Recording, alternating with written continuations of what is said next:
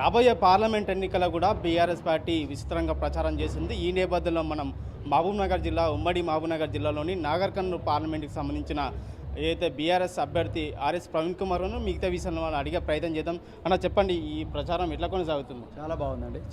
చాలా బాగుంది. విస్తృతస్థాయి కార్యకర్తల సమావేశాలు పెడుతున్నాం. త్వరలోనే ప్రజల దగ్గరికి కూడా వెళ్తాం. అంటే రెగ్యులర్గా ప్రజలతో మాట్లాడుతూనే ఉన్నాం. ఎట్టి పరిస్థితుల్లో కూడా ఈ నాగర్కర్నూలు పార్లమెంట్ నియోజకవర్గంలో మేము గెలుస్తాం.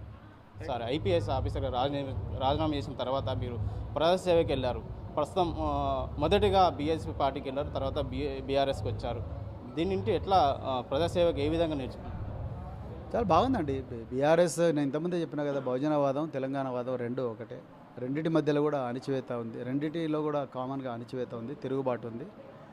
సో నాకు తెలంగాణ రాష్ట్ర సమితిలో ఉంటూ నాకు పెద్దగా ఇబ్బంది ఏం కలగడం లేదు. నేను తప్పకుండా ఎజెండా అయితే ఒకటే, పేద ప్రజల జీవితాలు మారాలి, రాబోయే తరాల యొక్క జీవితాలు మారాలి, వాళ్ళ అభివృద్ధి పదంలో నడవాలనేదే ఇక్కడ రైట్. ముఖ్యంగా ఈ నాగర్కర్నూలు పార్లమెంట్లో కూడా దాదాపు 7 నియోజకవర్గాల్లో కూడా 5 నియోజకవర్గాలు బీఆర్ఎస్ పార్టీ ఎమ్మెల్యేలు ఓడిపోవడం జరిగింది, 2 గెలిచారు.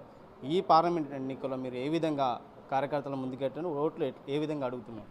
జనాలందరూ ఎప్పుడెప్పుడు ఓట్లు వస్తాయా, ఎప్పుడెప్పుడు కాంగ్రెస్ని ఓడగొడదామని చూస్తున్నారు. ఈ ఓటమి అనేది కేవలం తాత్కాలికమే. సో ఎప్పుడెప్పుడు మే 13th వస్తుందా, ఎప్పుడు ఓడగొడదామని చూస్తున్నారు. సో అబ్సల్యూట్లీ మాకేం ప్రాబ్లం లేదండి. కాంగ్రెస్ వాళ్ళ మీటింగ్కు తిప్పి కొడితే సారా కూర కారా ఇచ్చినా కూడా 300 మంది వస్తలేరు. ఇక్కడ స్వచ్ఛందంగా 3000 మంది వచ్చిండ్రు ఈ కార్యకర్తల సమావేశానికి. సో అసలు కాంగ్రెస్ మాకు పోలికనే కాదు.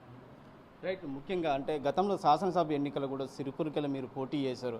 అక్కడ మీరు ఓడగొట్టడానికి చాలా ప్రయత్నాలు చేశారు. మీరే సభలో అక్కడక్కడ ప్రోగ్రాంలు చెప్పారు. ఇప్పుడు ఇక్కడ ఏదైతే పార్లమెంట్ నియోజకవర్గం నాగర్కర్నూలులో కూడా మీరు ఓడగొట్టడానికి ప్రధానమంత్రి ఇక్కడ దింపారనుకుంటారా? 100%.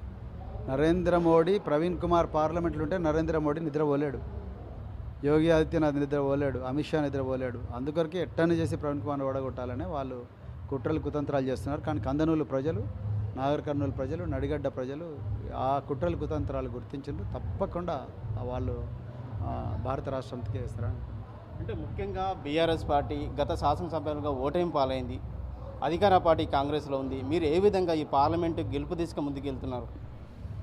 మేము ప్రజల మధ్యలో ఉండబోతున్నాం, ప్రజల సమస్యల గురించి మాట్లాడబోతున్నాం. చట్టసభలో పంపిస్తే ఏ విధంగా ఏ సబ్జెక్టుల మీద మాట్లాడతా అనే దాని మీదనే నేను మాట్లాడబోతున్నాను. సో అందుకొరకు ప్రజలు నన్ను, నా సిన్సియారిటీని, నన్ను నమ్మాలి అనే ఉద్దేశంతోనే నేను వాళ్ళ దగ్గరికి వెళ్తాను. అందరిలాగా నేను మాయమాటలు చెప్పలేను, సారాసీసలు ఇవ్వలేను, అదేవిధంగా డబ్బుల పాకెట్లు ఇవ్వలేను. సో నేను ఇచ్చేదంతా కూడా ఈ ప్రజలకు అభివృద్ధి, వాళ్ళ గొంతుకగా నేను పార్లమెంట్లో ఉంటానని చెప్తున్నాను. సో చాలామంది ప్రజలు, 90% ప్రజలు నన్ను లైక్ చేస్తున్నారు. So I'm very happy about it. ముఖ్యంగా ఈ పార్లమెంటు ఏదైతే నాగర్కర్నూలు ఉందో, గత పార్లమెంట్ ఎన్నికలు కూడా చాలామంది గెలిచారు. కానీ ఈ నాగర్కర్నూలు ప్రజలు కళ నెరవేర్చలేకపోయారు.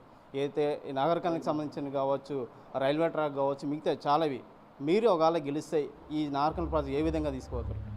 అద్భుతంగా ప్రపంచ పటంలో ఉంటుంది, దేశ పటంలో కాదు, ప్రపంచ పటంలోనే Nagarkurnool becomes a capital of land of great things in the world. So అందుకొరకు మీకు నేను ఇప్పుడే చెప్పను, బట్ రాబోయే రోజుల్లో తప్పకుండా తెలంగాణ గురుకుల పాఠశాలనే ప్రపంచ పటంలోకి పెట్టగలిగినప్పుడు నాగర్కర్నూలును ప్రపంచ పటంలో పెట్టడం అంత పెద్ద కష్టమేం కాదు. We're going to do lot of different things. Education కానీ, హెల్త్ కానీ, ఫార్మింగ్ కానీ, ఇట్లా రకరకాల రంగాల్లో తప్పకుండా ఒక వినూత్నమైన రీతిలో ప్రజలకు పార్టీలకు అతీతంగా పనిచేస్తుంది. రైట్. ముఖ్యంగా గతంలో బీఆర్ఎస్ పార్టీ ఎంపీ ఇక్కడ ఇప్పుడు ప్రస్తుతం ఎంపీ ఉన్నారు. మీరు బీఆర్ఎస్ పార్టీ జాయిన్ అయిన తర్వాత పోటీ ఎట్లా ఉండబోతుంది? త్రిమిక పోటీ ఉంది. కాంగ్రెస్ అభ్యర్థి కూడా మల్లిరావు ఉన్నారు, ఎంపీ కొడుకు భరత్ ఉన్నారు, మీరు ఉన్నారు. ఈ త్రిమిక పోటీలో ఎట్లా గట్టిగా మీరు ముందుకెళ్తున్నారు? ఈ వార్ ఆల్రెడీ వన్ సైడ్ అయిపోయింది. ఈ నాగర్కర్నూలు ప్రాంత ప్రజలు తరతరాలుగా వాళ్ళకు జరిగిన అన్యాయాన్ని గుర్తిస్తున్నారు. స్థానికేతరులు వచ్చి వాళ్ళు ఇక్కడ పెత్తనం చెలాయించడం అంటున్నారు. సో తప్పకుండా ఈ ప్రాంతంలో పుట్టిన బిడ్డకు ఓటేస్తారని నేను అనుకుంటున్నాను. సో వాళ్ళు ఈసారి అట్లా మళ్ళీ మోసపోతారని అనుకోవట్లేదు. Thank you.